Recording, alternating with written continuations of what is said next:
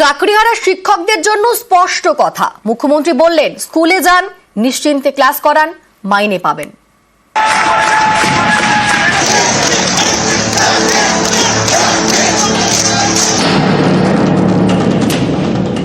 শিক্ষক শিক্ষিকারা আমি বলি, আপনারা নিশ্চিন্তে স্কুলে গিয়ে ক্লাস করুন, আপনাদের মাইনে নিয়ে ভাবতে হবে না। আইনের মধ্যে থেকেই রাজ্য সরকার আপনাদের কাজ করে দেবে। আপনারা স্কুলে যান। আমি তো আপনাদের বলেছি, সুপ্রিম কোর্টে আপনাদের টাকা বন্ধ করে দিয়েছিল, কিন্তু আমরা তো রিভিউ পিটিশন করেছিলাম এবং তাতে তো আমরা বলেছি যে আপনারা মাইনে পাবেন। স্কুলে নিয়োগ দুর্নীতির ভুরি ভুরি অভিযোগ। সুপ্রিম রায়ে এক ধাক্কায় প্রায় 26,000 চাকরি বাতিল। গত 3রা এপ্রিল চাকরি বাতিলের রায় দেয় সুপ্রিম কোর্ট। এরপর 9 এপ্রিল চাকরিহারা যোগ্য শিক্ষকদের স্কুলে ফেরার বার্তা দেন মুখ্যমন্ত্রী মমতা বন্দ্যোপাধ্যায়। তারপরেও অনেকের মনে প্রশ্ন ছিল, বেতন কি মিলবে? মঙ্গলবার মেদিনীপুরের প্রশাসনিক সভা থেকে এই বিষয়টিও স্পষ্ট করে দিয়েছেন মুখ্যমন্ত্রী।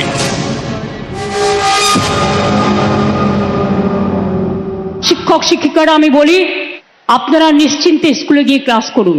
আইনের মধ্যে থেকেই রাজ্য সরকার আপনাদের কাজ করে দেবে। আপনি এ না বি, এটা কোর্ট ঠিক করবে, আমরা নই। টাকা কিন্তু ওই যারা আপনাদের ওস্কাচ্ছে তারা দেবে না, মাইনে কিন্তু গভর্নমেন্ট দেবে। চাকরিহারা যোগ্য শিক্ষকদের স্কুলে ফেরাতে সুপ্রিম কোর্টে আবেদন করে পশ্চিমবঙ্গ মধ্যশিক্ষা পর্ষদ। আগামী 31শে ডিসেম্বর পর্যন্ত যোগ্যদের ক্লাস নেওয়ার অনুমতি দিয়েছে শীর্ষ আদালত। তারপরেও জট কাটেনি। সোমবার রাত ভর পথে চাকরিহারা শিক্ষকরা। শিক্ষক শিক্ষিকারা যারা বসে আছেন গতকাল থেকে, কেন বসে আছেন এই গরমের মধ্যে কষ্ট করে? আপনারা স্কুলে যান, আপনারা নিশ্চিন্তে স্কুলে গিয়ে ক্লাস করুন, আপনাদের মাইনে নিয়ে ভাবতে হবে না। আইনের মধ্যে থেকেই রাজ্য সরকার আপনাদের কাজ করে দেবে। আমি গতকাল সন্ধ্যে থেকে কমপক্ষে 10 বার ফোনে কথা বলেছি। আমি কলকাতায় থাকলে হয়তো 1 সেকেন্ডে মিটিয়ে দিতে পারতাম। সুপ্রিম কোর্টে আপনাদের টাকা বন্ধ করে দিয়েছিল, চাকরি বাতিল করে দিয়েছিল, কিন্তু আমরা তো রিভিউ পিটিশন করেছিলাম এবং তাতে তো আমরা বলেছি যে আপনারা মাইনে পাবেন। এর জন্য কারো প্ররোচনা দেওয়ার দরকার নেই, দাঙ্গা করার দরকার নেই, উত্তেজনা করবার দরকার নেই। কেন অন্যদের কথায় পা দিচ্ছেন? টেন্টেড কি আনটেন্টেড কি আপনার দেখার তো প্রয়োজন নেই। ওটা দেখার জন্য রাজ্য সরকার আছে, কোর্ট আছে, আমরা এভিডেন্স নেব। আপনি চাকরি করেন, আপনার চাকরিটা আছে কিনা দেখার দরকার, আপনি ঠিকমতো মাইনে পাচ্ছেন কিনা সেটা আপনার দেখার দরকার। অন্যটা আপনার দেখার দরকার নেই, ওটা আমাদের ওপরে ছেড়ে দিন। যারা আপনাদের চাকরি খেয়েছে তাদের উপর ভরসা করবেন না, যারা চাকরি ফিরিয়ে দিয়েছে তাদের উপর ভরসা করুন, আর যারা আগামী দিনও ফিরিয়ে দিতে পারে তাদের উপর ভরসা করুন। সুতরাং আপনাদের চিন্তা করার কোনো কারণ নেই। আমি তো নিশ্চয়ই চাইব না আমার রাজ্যে বেকার বাড়ুক। গ্রুপ সিডি যেটা বাতিল হয়েছে, আমরা আইনজীবীদের সাথে পরামর্শ করে বাদবাকিটাও আমরা নিশ্চয়ই আবার দরকার হলে রিভিউয়ে যাব। আবার দেখছি হাইকোর্টে একটা কেস করে বসে আছে, 35,000 প্রাথমিক শিক্ষককে ছাঁটাই করতে হবে। এরা কারা? যারা একদিন আমাদের মন্ত্রিসভায় থেকে তারাও কম লক্ষ্যে চাকরি দেয়নি। একবার ভাবতে লজ্জা করছে না যে মানুষের চাকরিগুলো কারার আগে তার একটা পরিবার আছে? একবার চিন্তা করে দেখবেন না? রাজনীতি করতে গেলে শুধু দানবিক মুখ, মানবিক মুখটা কোথায় যাবে? নিউজ 18 বাংলা।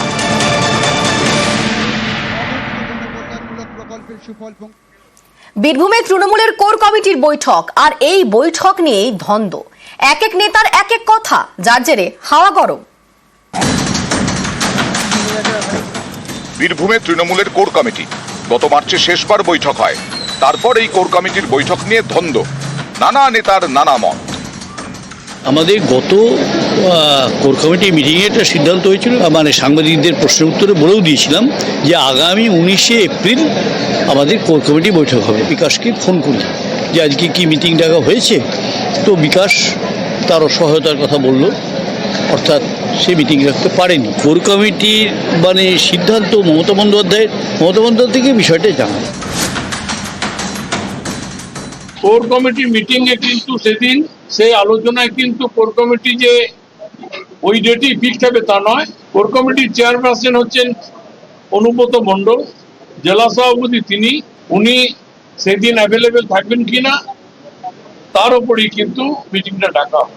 সুতরাং তিনি যে নির্দেশ যখন আমাকে বলবেন, সে নিজে ডাকুক বা আমাকে দিয়ে ডাকাক, আমি তখনই ডাকবো। বিকাশ রায়চৌধুরী বয়স হয়ে গেছে, ভুলভাল বকছে। গত 22/3/2025 তারিখে বোলপুর দলীয় কার্যালয়ে কোর কমিটি মিটিং বসেছিল। সেই কোর কমিটি মিটিংয়ে সিদ্ধান্ত নেওয়া হয়েছিল যে 19/4/2025 সিউড়ি দলীয় কার্যালয়ে কোর কমিটি মিটিং বসবে। বিকাশ রায়চৌধুরী কোর কমিটি আহ্বায়ক নিজের দায়িত্ব পালনে ব্যর্থ হয়ে উল্টোপাল্টা বকছেন বলে আমি মনে করি। দেখুন, এটা কেন যে বিতর্ক হচ্ছে আমি বুঝি না। সেদিন লাস্ট কোর কমিটি মিটিংয়ে একটা আলোচনাও হয়েছিল, হয়তো যারা মেম্বার তাদের অনেক স্মরণ শক্তি চলে যাচ্ছে। সেখানে 19 তারিখ ডেট ফাইনাল হয়নি। 19 তারিখ টেন্টেটিভ ডেট ধরা হয়েছিল এবং টেন্টেটিভ ভেন্যু করা হয়েছিল সিউড়িতে।